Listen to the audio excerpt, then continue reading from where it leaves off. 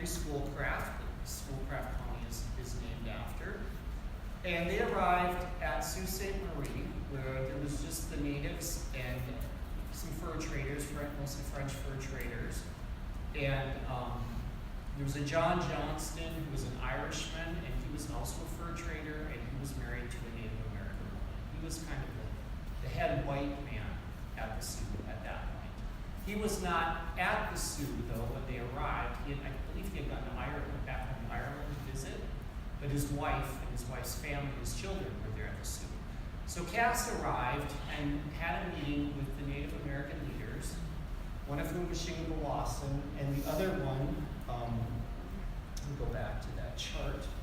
You can see on that list on the side, Sasaba, says war chief at Sioux, died 1822. He was also at the meeting. And he had fought in the War of 1812. And if you look below him, his brother also fought in the War of 1812 and died at the Battle of the Thames. So they fought for the British, and the brother was killed by the Americans. So Sasaba was not going to like Americans.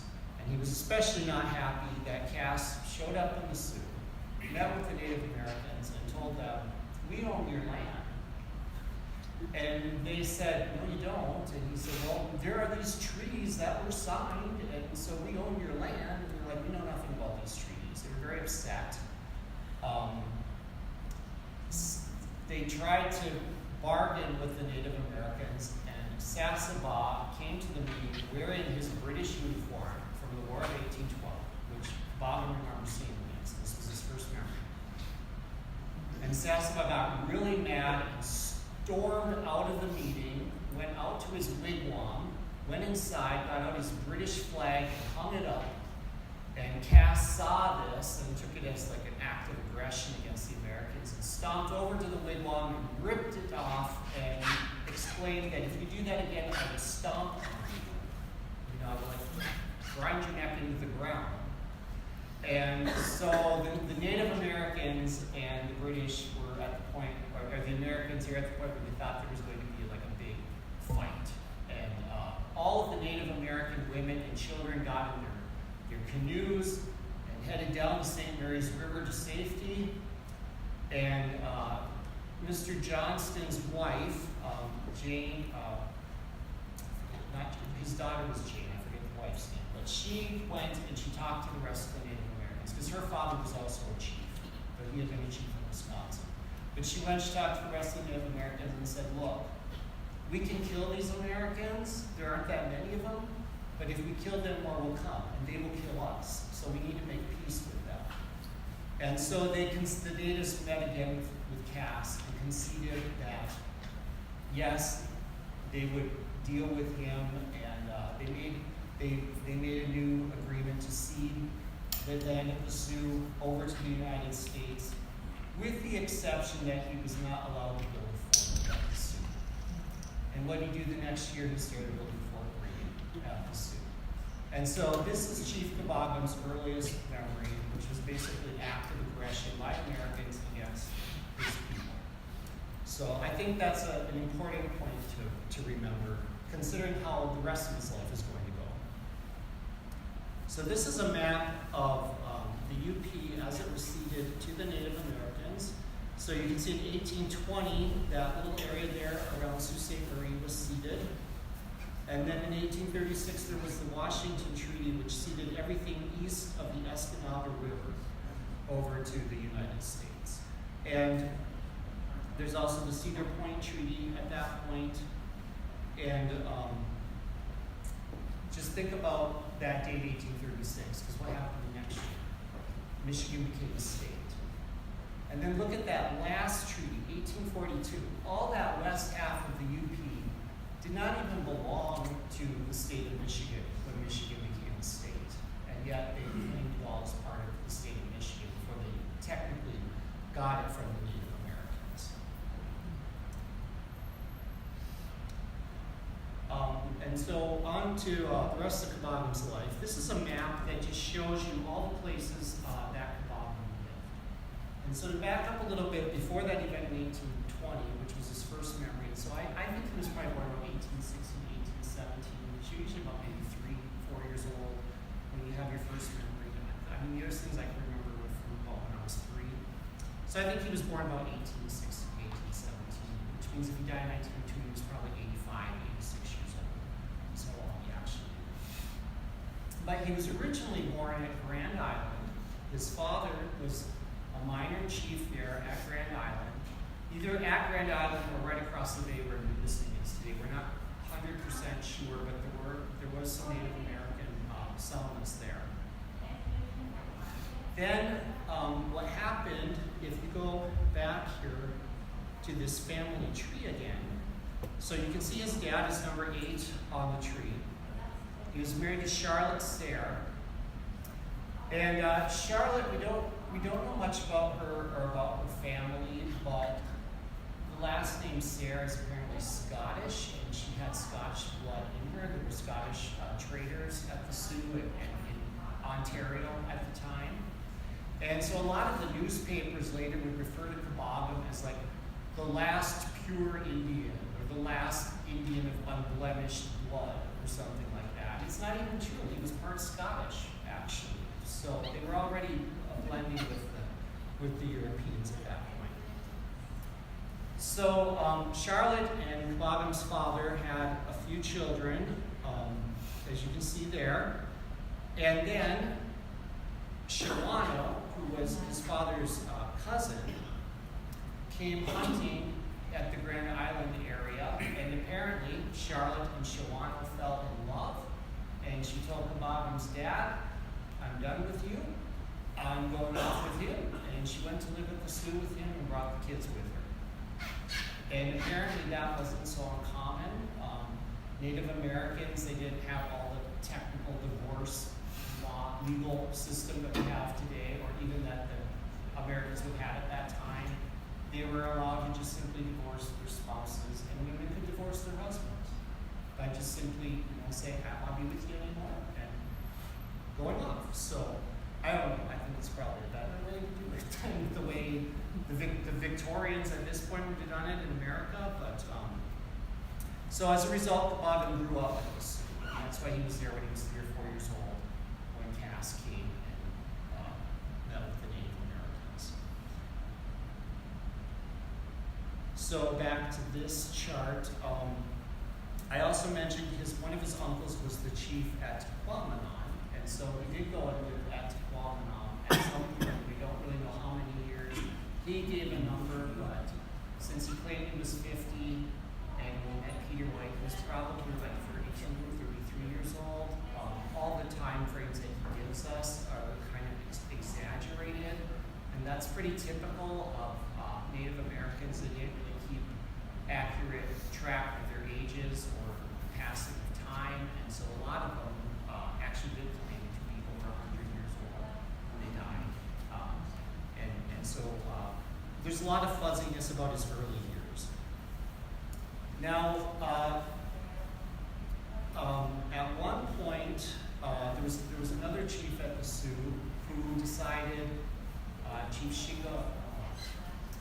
Shingawa, he decided that life under American rule was not that great, and the Native Americans in Ojibwe still actually liked the British better than the Americans, and so a lot of them decided to move over to Ontario because Canada was ruled by the British. And so we know for certain that Kabagam said he lived in Canada for a while.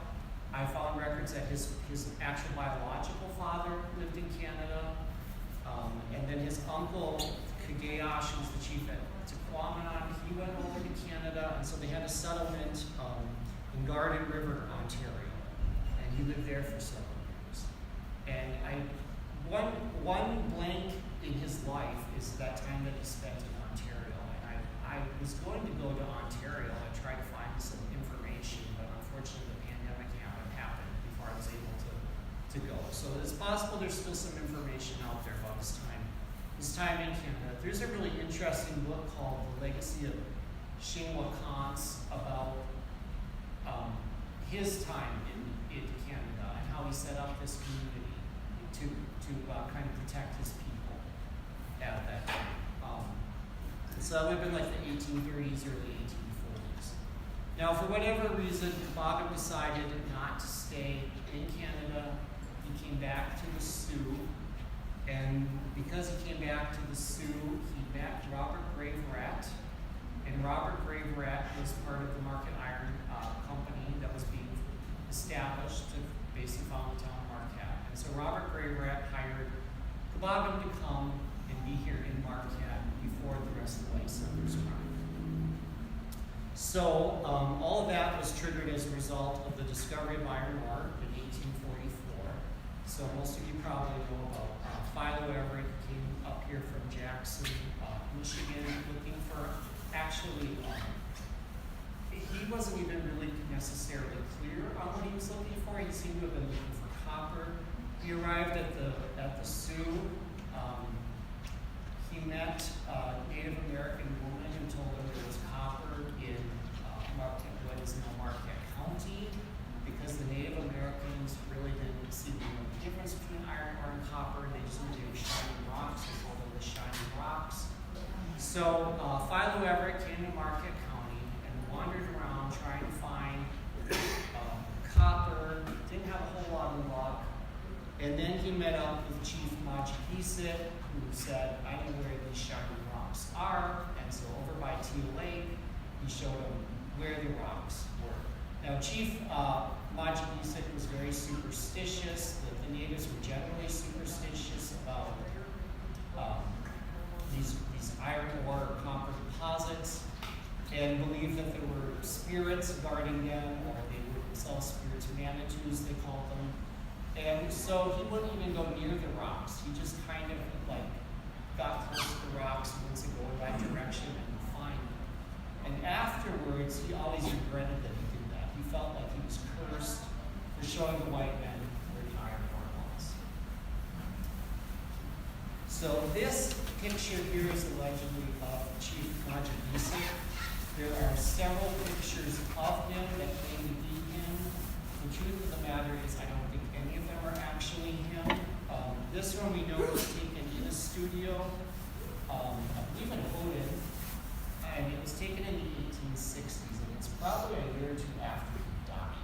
So this is probably not him. And there's actually a section in the back of my book, an appendix, with about 10 different photos, allegedly being Majigisic or Toboggan, Charlotte Toboggan, which are all in dispute as to whether they're actually those people or not.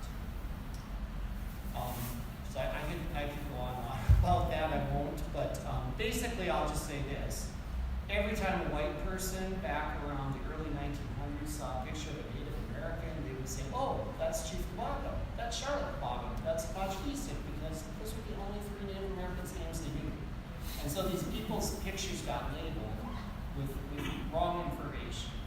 And honestly, even there was a man, his name was Brotherton. He was the head of the Marquette Historical Society. He was in 1945, and stuck some photos in there.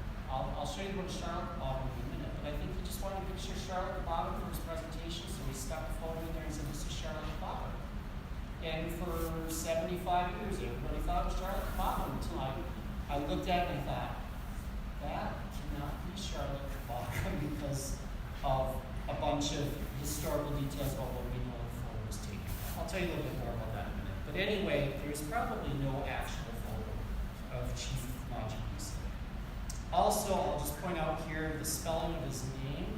There is no R in the Ojibwa language, and so that R is a false spelling. For whatever reason, the Americans thought that was how it sounded, so they spelled it that way. I'm not really sure what the actual spelling would be. I've seen different versions, so the one next to it is an alternative version that may be closer to the actual Ojibwa spelling of his name. So once the iron ore was discovered, a bunch of different companies were founded and wanted to capitalize on it. And one of them was the Marquette Iron Company, headed by Amos Harlow. And Robert Graverat was part of that. And Robert Graverat then hired Toboggan to come and be here when the rest of the settlers came. And so when the settlers came, Peter White was one of the first ones. This is a reenactment of the arrival of the settlers that was done down by Founders Landing it was about 2008, 2009, on May 18th of 2008, 2009. So they arrived, and Peter White talks about how a lot of them stayed in Cabogan's lodge house, what a wonderful cook Charlotte Cabogan was, and what she fed them. And from there on, Marquette just started to grow, and Cabogan actually played a pretty big role in the beginning of Marquette's history. This is a view of Marquette from about 1857, and you can see kind of, look right here, this is the courthouse, the original courthouse when it was built about 1855, 57, somewhere around there. So we know at least it dates from there. I think it's taken from Ripley's Rock out in the lake. So you can see how quickly in about 6, 7, 8 years Marquette grew. By 1860 there were 1,000 people living in Marquette. Cabogan was very involved at the beginning. The very first year, there was a ship that was supposed to come and bring supplies in December of 1849, which did not show up. And they thought everybody in the settlement was maybe going to starve to death if that ship didn't come before winter. They found out the ship was stuck in the harbor up at Lance. And meanwhile, a bunch of the German immigrants who had come up from Milwaukee to help establish Marquette decided they were going to walk back to Milwaukee and live there for the winter. They started walking, they got about as far as Autrain, when someone went after them and said, hey, we found out the ship was up in Lance.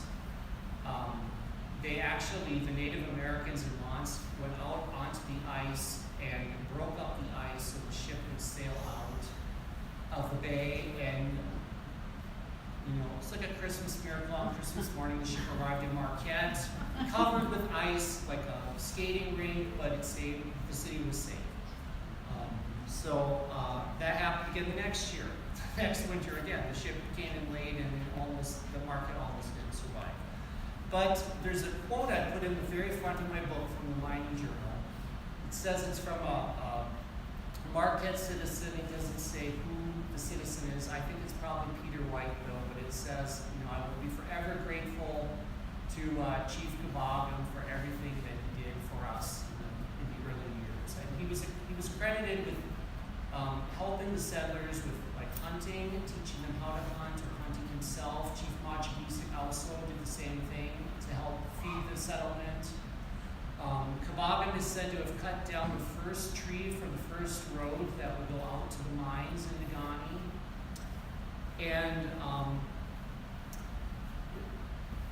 there were also, Machibisic had some sisters that were there in the lower harbor who also had what were called hotels. They were probably lodge houses that the white people could see. So really the Native Americans helped the white people survive the first few years of Marquette's history and get established. Really probably not realizing, what was to come, how it was going to affect them.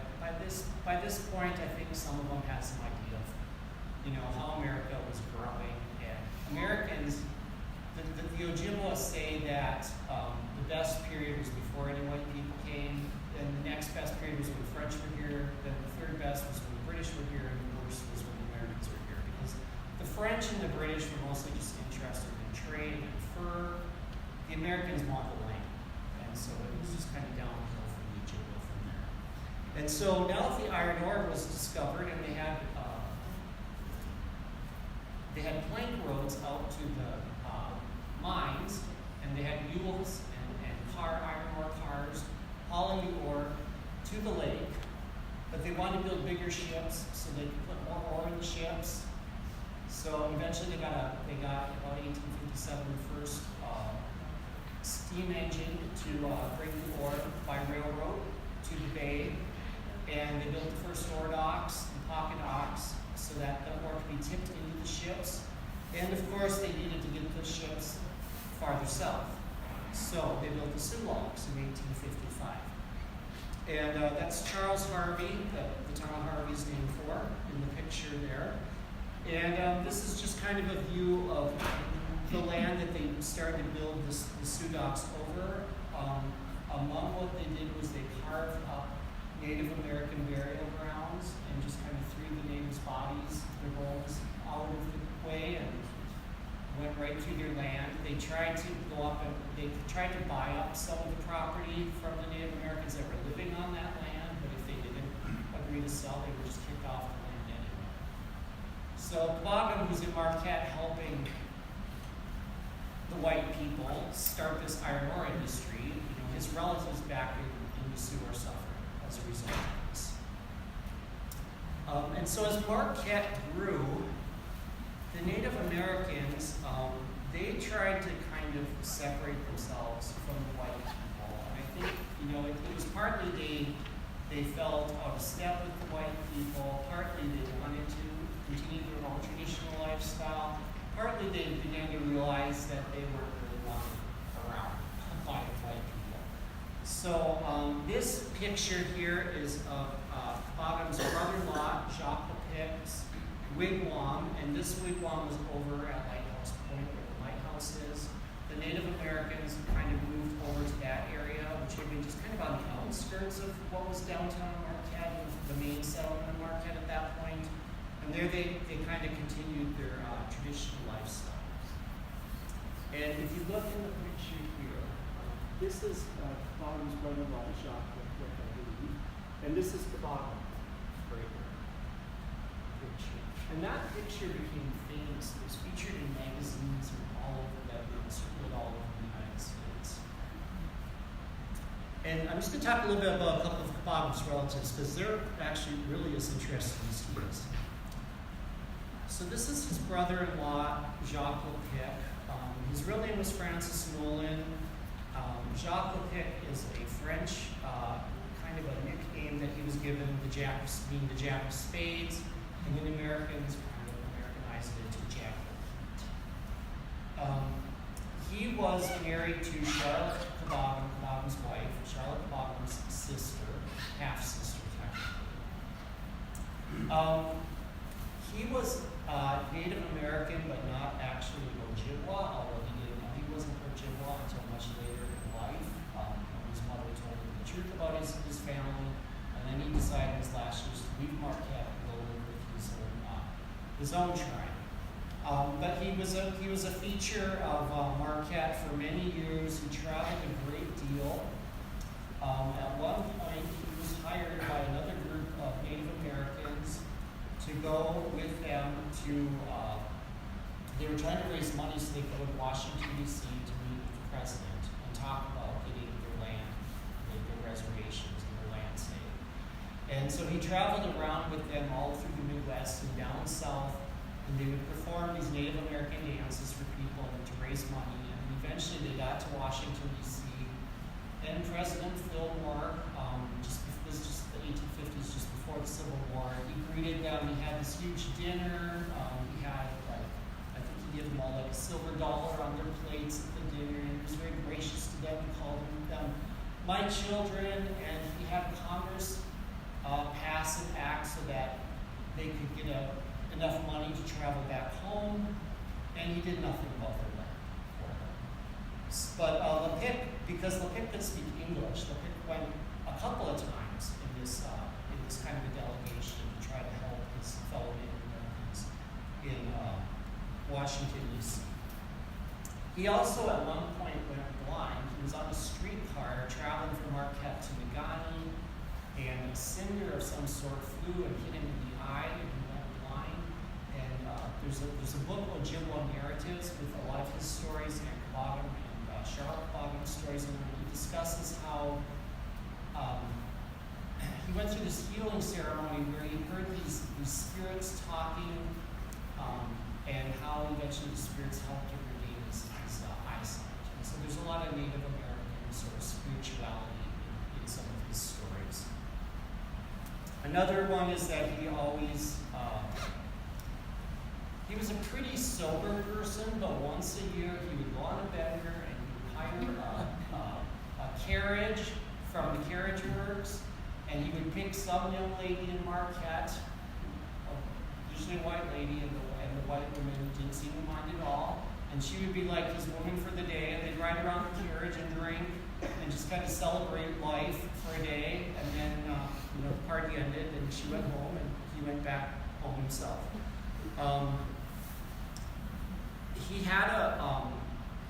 He was married to Charlotte's sister, and there are two stories about how his wife died. One was that they were out in a canoe and they were drinking, and she drowned as a result, and that's why he swore off liquor after that, having the once-a-year celebration.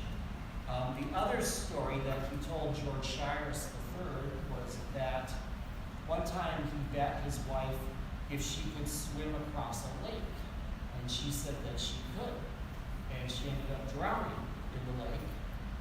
And George Shiras said to him, that's really sad that happened. And he said, yeah, because I lost the bet I could collect on.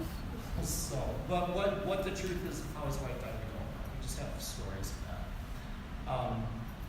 This is Charlotte Bottom, supposedly. This is the photo I was talking about. It's not actually Charlotte Bottom, but was labeled as Charlotte Bottom for years by that Mr. Brotherton. Initially started claiming that this was her. I talked to Jack Dio a lot about this photo. It was taken in the later 1860s, and if you look at her, Charlotte was born about 1830, as far as we know. We don't have any records of her birth, but based on information that she provided over the years. But my guess is this woman here is maybe 1820 at the most from the picture. I don't think she's in her 30s, late 30s. We know Charlotte did not have a child at the time that picture was taken. Charlotte and Charles Caboggin actually had two children. The first one was a little boy who died in 1850. And there's a story from one of the early people that came to Marquette about how he built a coffin. He was asked to build a coffin for Caboggin's son. So he died at age 1. And then in the 1860 census, where the Caboggins are listed, they have a daughter named Elizabeth as an infant. And there's no further record of Elizabeth after that. So she would have had to have died by 1870. She's not in the 1870 census. So as far as we know, Charlotte only had those two children and no other children. So it's unlikely that this child is hers. This is actually a photo that was taken at Sault Ste. Marie, and it's part of a series of photos. And it's attributed to one of the photos says on it, it's Mrs. Lou or Mrs. Lowe, L-O, from the Sioux. And so I thought, okay, this is who this woman really is, Mrs. Lowe. Well, recently Jack Dio told me that he discovered in reading another book that even that name Lowe or Mrs. Lowe is actually a derogatory term that white people used about Native Americans. So the truth is we don't know who this woman is. She lived at the Sioux, but that's all that we know. But she's become the image of Charlotte Caboggin. So there are pictures of Charlotte Caboggin, but this is not her. This is actually Charlotte Caboggin. So this woman right here is Charlotte Caboggin. And this is Chief Caboggin here. The other people, we don't know who they are. This was taken much later, probably, I would guess, in the 1880s. And it may have been at Presque Isle, because they did live at Presque Isle on and off over the years. And then this gentleman here is Chief Caboggin's brother-in-law. He was a U.S. congressman, of all things. Caboggin's stepfather, Shalano, had several children with Caboggin's mother. And one of them was a young lady named Lizette. And she actually came to Marquette for a little bit of time at the beginning of Marquette's founding. But she was at the Sioux, and this gentleman here, he was in love with a young lady at the Sioux, and she, for whatever reason, decided she liked one of the officers at the fort better. And so he was kind of heartbroken, and next thing you know, he went off and married Lizette. And people, said he got to marry the chief's daughter, so he kind of got the good deal out of it. Well, so he and Lizette left the Sioux and moved down to Detroit, and she only lived not a real long time. They had about 4 children, but by the 1860s she had died. But he went on to have a big political career. Became a U.S. congressman from Michigan and did a lot to try to support bills to help the Native Americans. And even though he's a congressman, I couldn't find a whole lot of information about him, but there's a little bit of information upstairs in the Long Year Research Library about him, and you can find a little bit online about him also. But so he was actually a good friend to the Native Americans. I don't know how much contact Caboggin actually had with him, but I just think it's fascinating. His brother was a congressman. And then this is Caboggin's half-brother. So his stepfather and his mother were the parents of Edward Shawano, and as I said before, Chief Shawano was the head chief at the Sioux after Caboggin's uncles died. And so the brother Edward was set to become the next chief at the Sioux. And I have not been able to find a document to prove it, but when the Native Americans made treaties with the Americans, one of the treaties gave Shawano an island in the St. Mary Rapids, and another part of the agreement supposedly was that his son would be educated as a white man. And so Edward was sent downstate to a school there. He attended both like a private high school, and then he went to college downstate. And he was going to become a lawyer. That was the plan. And then he came up to the Sioux on a ship, and it was winter or spring maybe, and there was ice on the lakes. And the ship became stuck in the ice. And so they were waiting for the ice to break up, the thaw to come. And so while he was on the ship, he was playing cards with other people on the ship to pass the time. And someone accused him of cheating at the card game. And the newspaper article gets really highfalutin in its language and talks about how he, like with all of his savage blood within him, he jumped up and grabbed a knife and went across the table at the person who was calling him a liar. And they had this fight, and the guy actually bit Edward Shawano's nose off. And so if you look at him, you can see his nose is kind of flat in the picture. Well, now that all his beauty was gone, he just did not want to practice law and be in the public, and so after that, he pretty much stayed on his little island in the St. Mary's for the rest of his life. And he did become the chief there at the Sioux after his father died. And in this picture, this is Caboggin here, and then this is his half-brother, Edward Shawano. So, just take some water. This is a photo of Native Americans who supported Charlotte Caboggin when she sued the Jackson Iron Company. And these are Native Americans who came from the Sioux that would have been relatives and friends of the Caboggins. And so if you remember, when Chief Maji Geeson led Philo Everett's party to where the Iron Ore was in 1844, they gave him a piece of paper that said he would have so many shares in the mine. And Maji Geeson thought this was like his prized possession, this proof of his holding the shares. And he kept it in a little wooden box, and he took it around with him everywhere. He'd have it in his canoe. When he died, which would have been about, we don't know the date, but about 1864, we believe, Charlotte found the paper, and she decided that she wanted to know if it was actually worth anything. And so she went to Philo Everett to find out if it was good, if she actually could trade it in and get some money for the shares from the mine.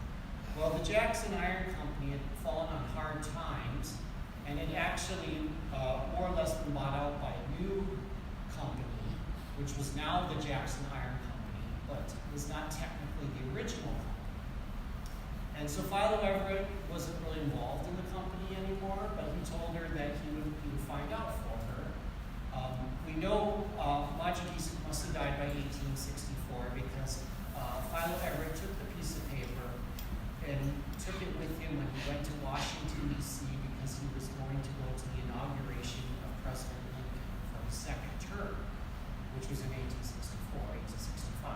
So on the way, he stopped and talked to the secretary of the Jackson Iron Company, who lived out east. And the secretary said, well, we're not really responsible for paying off the debts of the original Jackson Iron Company, even though we pretty much took it over. So, no. But because we're so nice, we'll give you $100.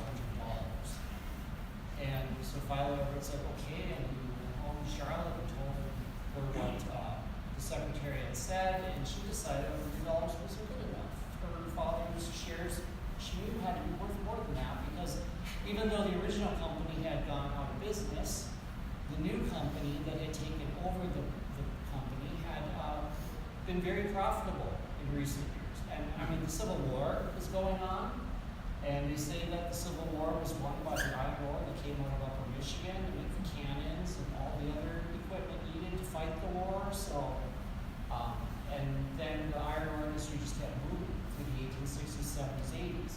So Charlotte, really, I think, considering she's a Native American woman and she doesn't even speak English, she had a lot of guts to decide to go after the Jackson Iron Company. And so the case went to court. It actually went to the Michigan Supreme Court a couple of times.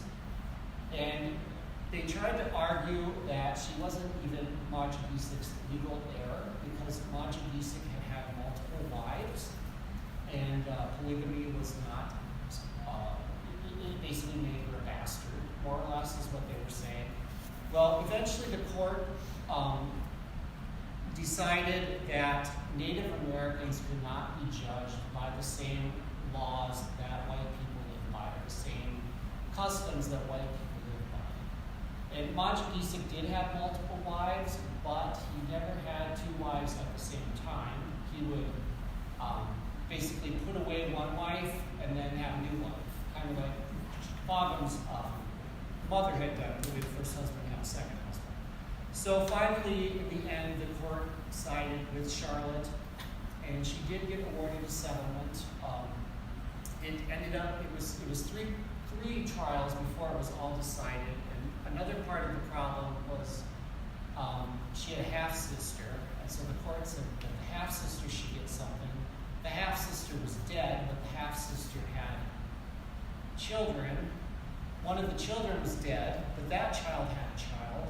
And so there was how are we going to divide up this money, and who should get what was all part of the problem.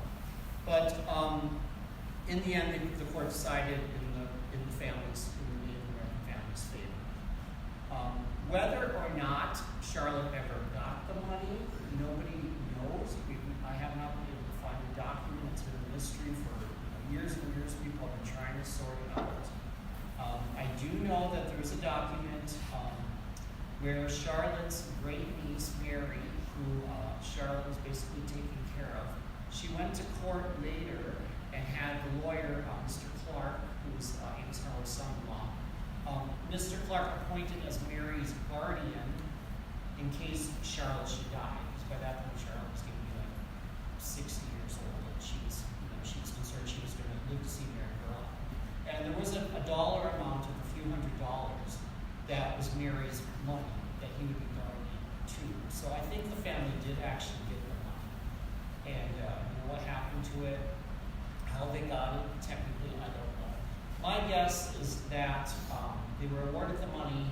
Peter White kept the money at the First National Bank because Peter White was Bogham's really good friend, and that Peter White probably oversaw the money for the Boghams, but there are no records from the First National Bank that are in existence anymore. I actually called Flagstar and talked to them about, we have the records from when it was the First National Bank. They're like, no, if we didn't, we have the History Center. Well, the History Center doesn't have it, so I don't know that we'll ever know the truth, but there is that document from Marquette County Courthouse saying that Mary got a guardian and Mary had some money.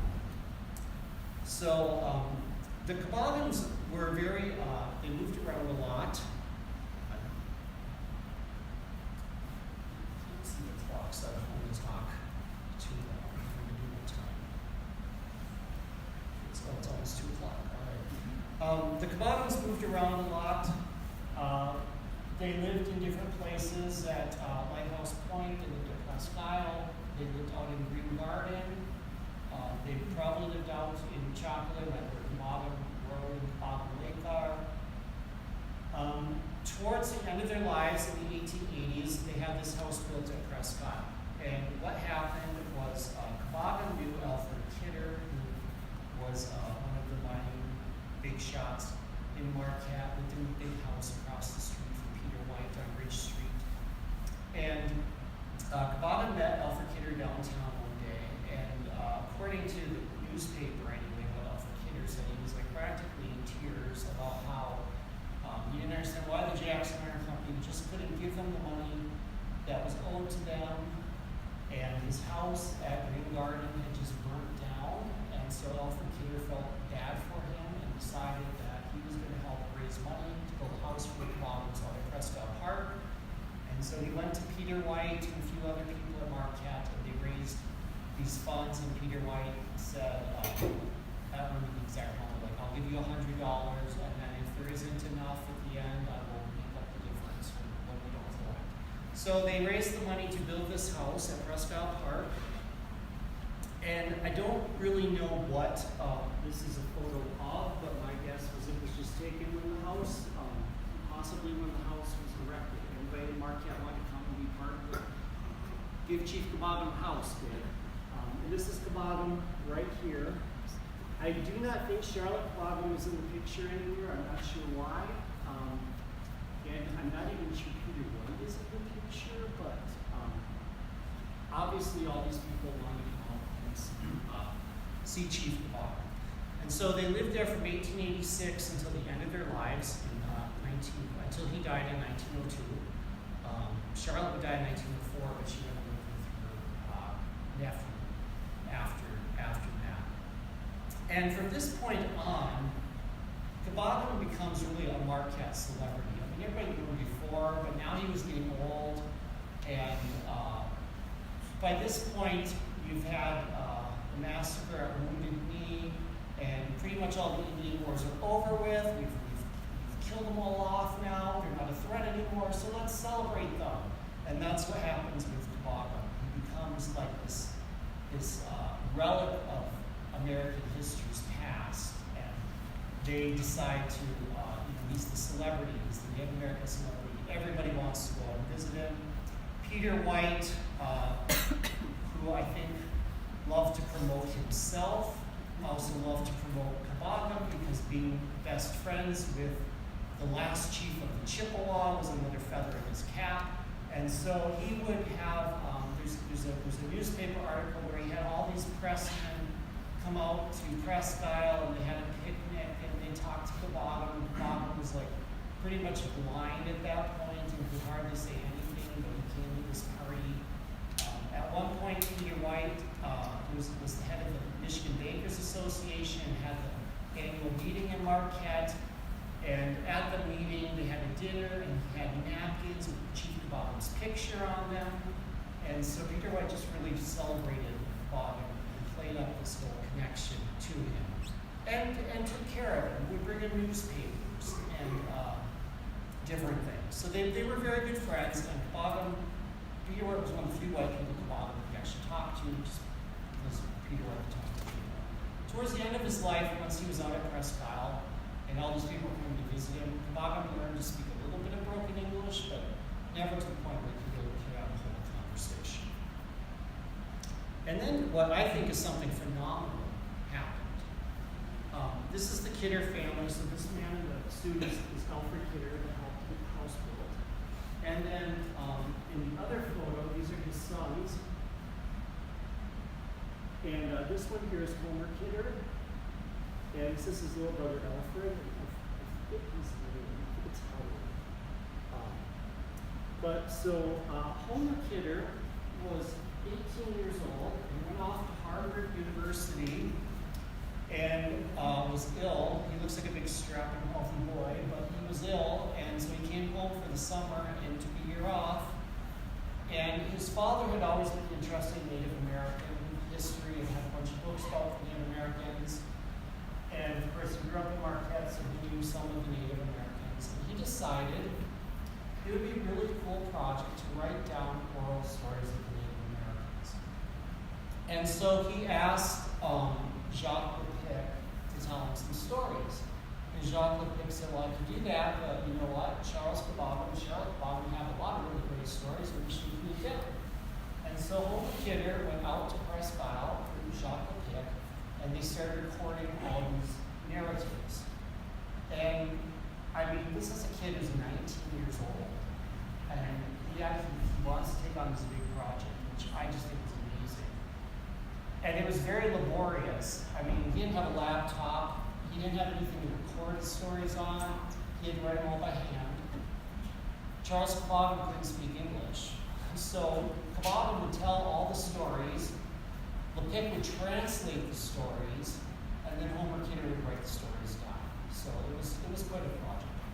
And as Kebab told the stories, he would do pantomimes. Like he'd be talking about deer, and he'd do like these little hand motions, and kind of do it like a play, which was very typical of the Ojibwa way of storytelling. And a lot of the Native Americans that lived out there at Presque Isle, they came and sat around as these stories were being told, and kind of preserving their own heritage, because the idea was to write these stories down so they would be safe. And a lot of these Native Americans, maybe it was the first time they even heard the stories themselves. So if you read the book Ojibwa Narratives, there are stories there by Lepic, Charlotte, and Kebab. Some of them are stories about their childhood, their youth, people that they knew. Others are traditional stories about Nanibozo, the trickster in Ojibwa literature, and stories are like how fables, like how the skunk got stripes, that kind of story. So the book is still in print, and it was published by Wayne State University, and it actually wasn't published until recent years. Homer Kidder never actually finished it, the manuscript. He always intended to, and he moved away from Marquette, but later came back to Marquette and would do some more research on it, but he never finished it. But it was finally published, I think, in the 80s or 90s by Wayne State University Press.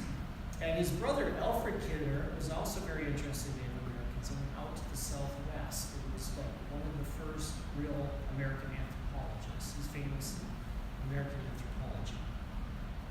So I don't want to keep you too much longer, so I'll try to hurry up here. So a next major event in Kebab's life was the Father Marquette statue was placed in 1897. It was originally over by where the Maritime Museum is today. Now it's up at Lakeside Park. But the Jean de Baptiste Society, the French Catholic Society in Marquette, wanted to build this statue to Father Marquette, since the town was named Marquette. And they went to Peter White and asked for his help. And Peter White said, no, it's, we just had the Depression of 1893, and people are not financially well off, and I just don't think it's such a great idea. But then eventually Peter White agreed to be involved. They got an Italian sculptor, Trentino, who lived in Milwaukee, to come up to Marquette and take some models of Peter White and Kebab, who supposedly is one of the faces on friezes on the side of the statue. And I can't tell which one it is on the picture, but there's these friezes on the sides of the statue with Native Americans in them, and supposedly one of those is modeled after Chief Kebab. And so the day that the statue was unveiled, they had a big ceremony, including they had white people dressing up as Native Americans, owning canoes, pretending to be Indians, which today would be completely considered politically incorrect, but the intention was to celebrate the Native American element, and that Father Marquette had originally come here and established contact with the natives. And supposedly, the legend is that he held a mass here in Marquette and maybe converted a bunch of Native Americans, though there's no actual evidence. I believe that actually happened. Chief Kabata, there's a story that John Longlier's daughter Abby tells about how Peter White insisted that Kabata had to wear a suit to the ceremony, and Kabata didn't like the pants and wore a different pair of pants as a result. But Peter White made sure that he came, and it was really probably the first time that Native Americans were really celebrated in Marquette as part of Marquette's heritage. And then after that, it just continues, and everybody loves Kabata, and he becomes very involved. This is a parade that the Jean de Baptiste Society had. And he is in the back of this float over here. I don't know who this is. This little boy here was a compo who helped Charlotte Kabata with the trials. His dad helped with the trial. And this is Santiago. There's a whole story about him, but he was an Indian guy in the area. And I say as American as apple pie because they're celebrating Kabata as if he's like part of our American history. What happened in 1820 when his ancestors were, his family was basically assaulted by white people. The Kabatans at the end of their life, they were raising these two little children, Perot children, and we don't even know exactly if they were related to the Perots or not. They might have been Charlotte's sister's grandchildren, but we're not 100% sure. But this was taken in the 1890s. This is another photo with the children. And this photo was also taken at that time. You can see that bicycle in the back. Philo Everett's grandson came out to Presque Isle. He had a new camera and he wanted to take pictures. That's his bicycle sitting there. And he wanted to take Kabata's picture. Kabata didn't want his picture taken in just his shirt, but the Everett grandson insisted, so he took this picture and then he took this one with the coat on. His bottom on the photo. And a woman came out who was an artist and she wanted to paint Kabata, and so we believe that this is the painting that she made. There's a newspaper story of it. He rarely ever got dressed up in his full Native American regalia. But there's one picture of him dressed that way, and this is a picture of him wearing the regalia. His wife insisted that he put that on for painting. That was fun. He ended up at the end of his life getting sick. He was in St. Mary's Hospital where he died. I think the cause of death was typhoid. And they had his funeral at St. Peter's Cathedral, which is, I could go on and on about just how Catholic or not the Kabatans were also. They were actually married by a priest. I found their marriage record.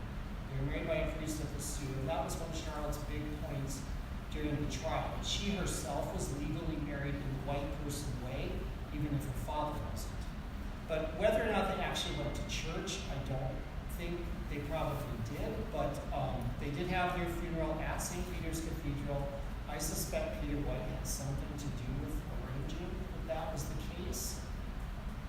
And then Peter White, who at that time was the caretaker of the head of the Marquette Park, he was the park commissioner, head of the parks, he decided that Kabata would be buried at Presque Isle Park with Charlotte, and they would be the only people ever allowed to be buried at Presque Isle Park.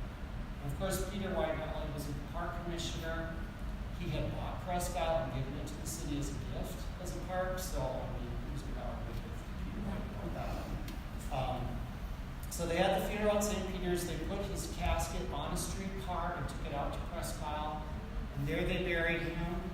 And at that point, Peter White started a fund to build a statue to Chief Kabata, which never got anywhere. I actually found a document in Peter White's papers showing there was like a subscription and there was like his name and one other name, and that was it. It just never went anywhere. But Mr. Trenton that built the Father Marquette statue was going to make this statue. And supposedly there were drawings, and he was in Italy making these drawings for the statue. What happened to the drawings, I don't know. But then Peter White died in 1908, like 6 years later, and so any decision to build a statue for Kabata just kind of went by the wayside. Eventually, this stone washed up on the shore, and it was decided that would be the stone that would go on Cabogan's grave. This is from 1940, where they have the stones on the ground there outlined. Like I said, Charlotte went off to live with her nephew after that. They lived up in the Scandia Green Garden area. Then she died in 1904. The two children was named Frank and Perot. They were sent off to the Mount Pleasant Indian boarding school, and I have not been able to find out what happened to them after that. As for Cabogan's legacy, once he was dead, everybody wanted to celebrate Chief Cabogan. The Marquette National Bank put his picture on their cards. They came out with this commemorative coin for him. Of course, the road was named for him, the lake was named for him, and his face is on lots of things that try to, when they built the pavilion at Prescott Park, people that donated money, they issued these like fake certificates and Cabogan's pictures on those. The most interesting thing, I think, in recent years that came up after I wrote this book, a professor in Germany contacted me and asked me if I knew anything about Chief Carlisle Cabogan. And I had never heard of such a person, but because the last name was Cabogan, I thought, well, he must have a connection to Upper Michigan. And so I talked to Beth Gruber at the library, and between her and I and this professor, we figured out that there was an African-American couple here in Marquette. I believe the gentleman was a barber or the son of a barber. I'm blanking on his name. You remember, Henry? Is it Williams? I think the last name is Williams.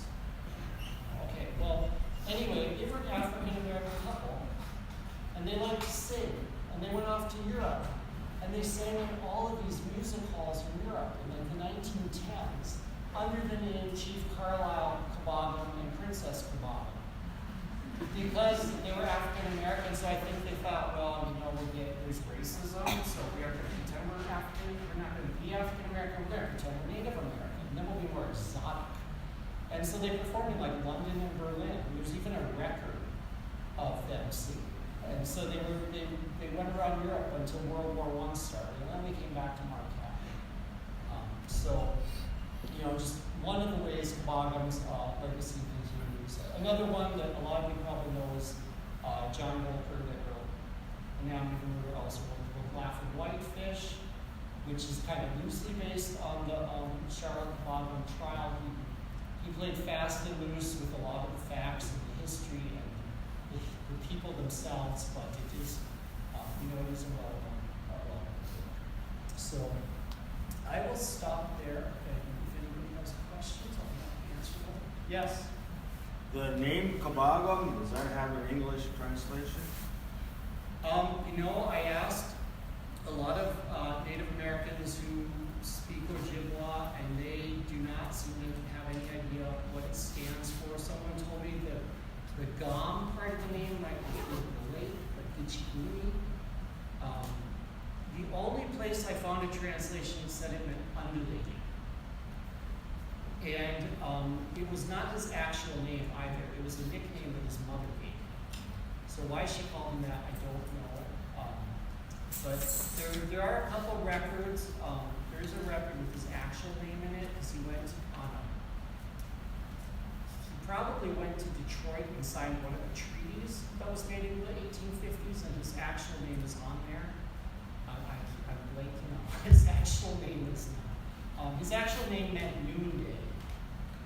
It was something Giesig, because March of Giesig also means to have Giesig. So, but yeah, nobody really seems to know what his name stands for. Yes?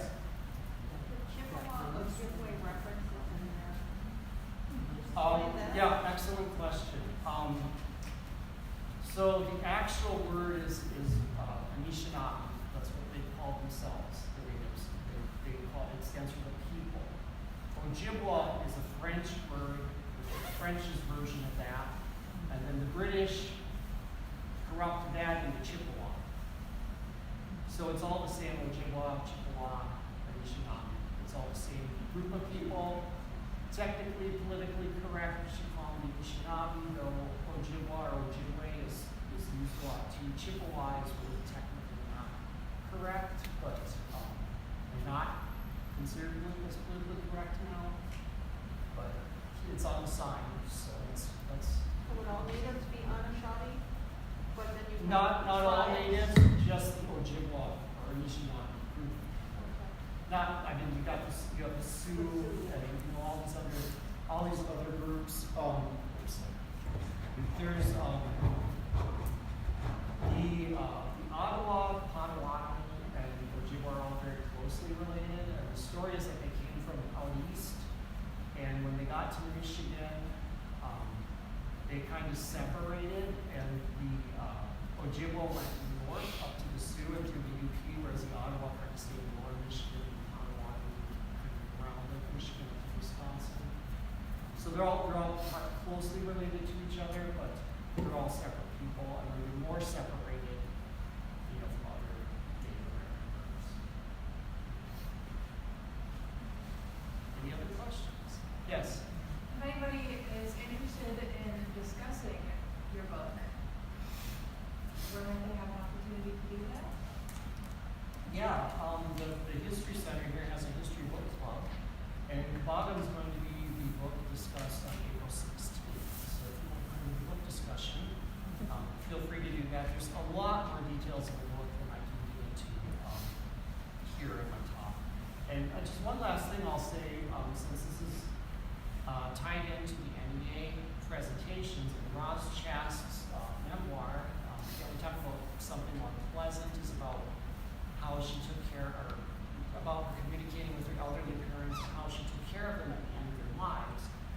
And it's a fabulous, fabulous memoir. I definitely recommend reading it. I read it in like 2 sittings, and it's hilarious, but I myself have elderly parents I'm looking after who both have memory issues, so I can completely relate to it. And I think, in terms of caretaking, if you look at the Bottoms, I didn't really get into a lot of the details of the family, but I mean, they lost 2 children. They had 2 children who died. Charlotte then adopted her sister's children. Her sister died. Her sister had 2 children. She adopted those children and she raised them. And then when one of those children, the mother, Angelica, died, she raised Mary, the daughter Mary. And then on top of that, they took care of Lizzie and Frank Perot. And there's also even a reference I found, which I haven't been able to find a lot of details about it, but they adopted a white child at some point in the 1850s, supposedly raised him. He went off to fight in the Civil War and sent his pension money, or sent his payments back to them to help them out. So I mean, they were really very much caretakers of their Native American community. And I think Cabogan also, by being friends with Peter White and being very much respected locally in Marquette, I think he did a lot to help the Native Americans in Marquette from suffering as much racism or discrimination as probably they suffered in other areas, because everything I found, for the most part, the Native Americans were very well treated in Marquette and fairly well respected as opposed to other places. So I think, and then in the end, Marquette really took care of Chief Butler, building that house, and kind of seeing him as a celebrity. And I mean, to some extent, he became a little bit of a stereotype and someone to take out and show off. But at the same time, I think the intentions of the people were good. At that point, they don't realize, where they were being, crossing the political correctness line or the stereotype line. But I really think the Cabogan story is largely a story about caretaking. Yes?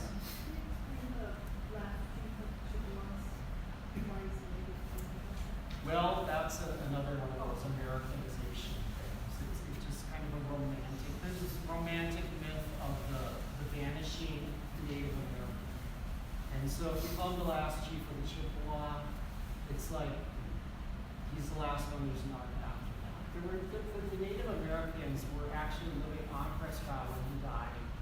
And I believe they were probably thrown off of Presque Isle after that, or maybe after Peter White died. A lot of them settled like in North Marquette or up along the Big Bay Road. So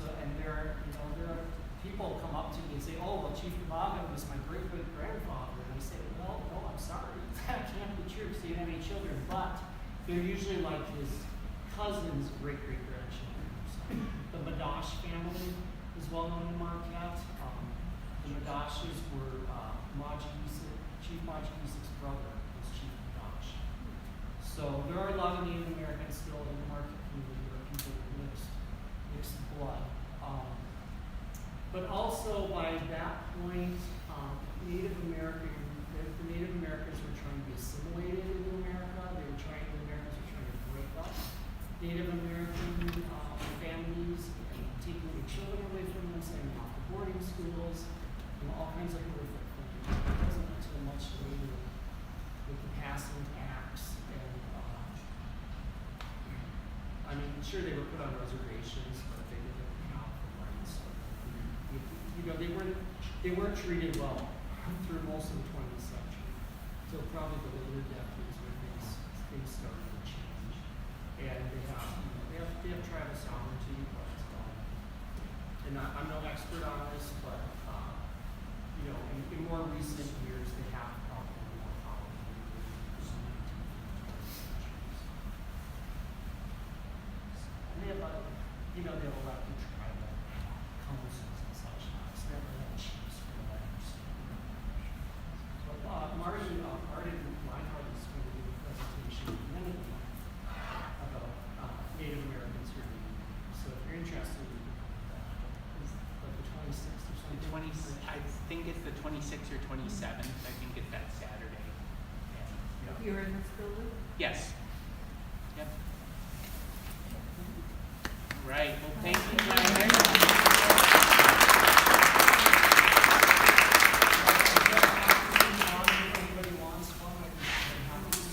And if you have a chance to fill out one of those surveys for the NEA, that would really help me. But thank you so much for coming today. You know what? I'm going to send them anyway. And you know what? They need to know that this stuff is important.